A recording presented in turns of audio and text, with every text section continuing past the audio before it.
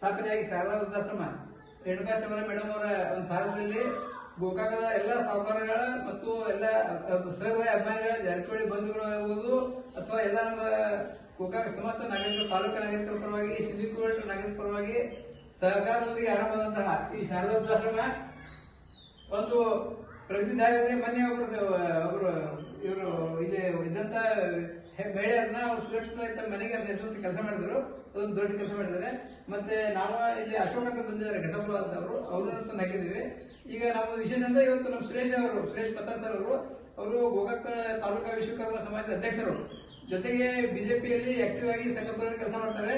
ಈ ನಮ್ಮ ಮೇಡಮ್ ಅವರು ಕೂಡ ಸಂಘಪುರ ಗ್ರೂಪ್ ಇರೋದ್ರಿಂದ ಆತ್ಮೀಯದಲ್ಲಿ ಬಂದು ಶಾರದಾ ದಾಸರಲ್ಲಿ ಅವರ ಒಂದು ಹುಟ್ಟುಹಬ್ಬವನ್ನು ಅವರ ನಾವು ಸ್ನೇಹಿತರು ಅಪ್ಪ ಸರ್ಮಲ್ಲ ಮತ್ತು ನಾವು ಶ್ರೀಕಾಂತ್ ಮಾಂಜರ್ ಅವರು ಅವರ ಒತ್ತಾಯ ಸಮಾಜ ಕಾರ್ಯದಲ್ಲಿ ಬಿಡುವ ಕೆಲಸ ಮಾಡ್ತಾ ಇದ್ರು. ಬೆಳಿಗ್ಗೆ ರಾಷ್ಟ್ರ ಮಾಡಿ ಬೆಳಿಗ್ಗೆ 8ಕ್ಕೆ ಮನೆ ಬಿಡ್ತಾರೆ. ಅವರು ಕರ್ಕೊಂಬಂದು ಒಂದು ವೃದ್ಧಾಶ್ರಮದಲ್ಲಿ ಒಂದು ವಿಧಾಯಕ ರೀತಿಯಲ್ಲಿ ಹುಟ್ಟುಹಬ್ಬ ಆಚರಣೆ ಮಾಡ್ಕೊತಿದ್ದಾರೆ. ಅದಕ್ಕಾಗಿ ಅವರಿಗೆ ಸುರೇಶ್ ಪತ್ತಾರ್ ಅವರಿಗೆ ಹುಟ್ಟುಹಬ್ಬ ಶುಭಾಶಯಗಳು.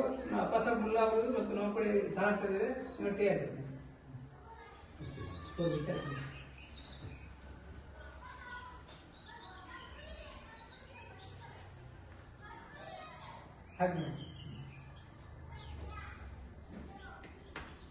ಈ ವೃದ್ಧಾಶ್ರಮದಲ್ಲಿ ಸಿಹಿ ವಿತರಣೆ ಮಾಡೋದ್ರೊಂದಿಗೆ ನಮ್ಮ ಸುರೇಶ್ ಪತ್ತಾರ್ ಅವರಿಗೆ ಆ ತಾಯಿ ಕರ್ಮ ಮಾತೆ ಕಾಳಿಕಾ ಮಾತೆ ಸ್ವಾಮಿ ವಿವೇಕಾನಂದ ಅವರು ಅವರಿಗೆ ಇನ್ನೂ ಹೆಚ್ಚಿನ ಆಯುಷ್ಯ ಆಗಬೇಕು, ಸಮಾಜದಲ್ಲಿ ಸೇವೆ ಮಾಡಲು, ಜೊತೆಗೆ ಅವರ ಸೇವೆ ಸಮಾಜಕ್ಕೆ ಪಡೆಯಿರಿ.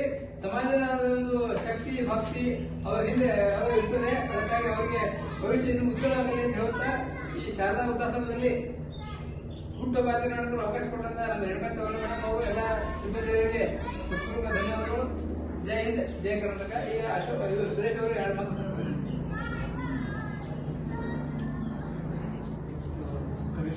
ಈ ಒಂದು ಇದು ಒಳ್ಳೆಯ ಕೆಲಸವನ್ನು ಮೇಡಮ್ ಮಾಡತ್ತಾರ.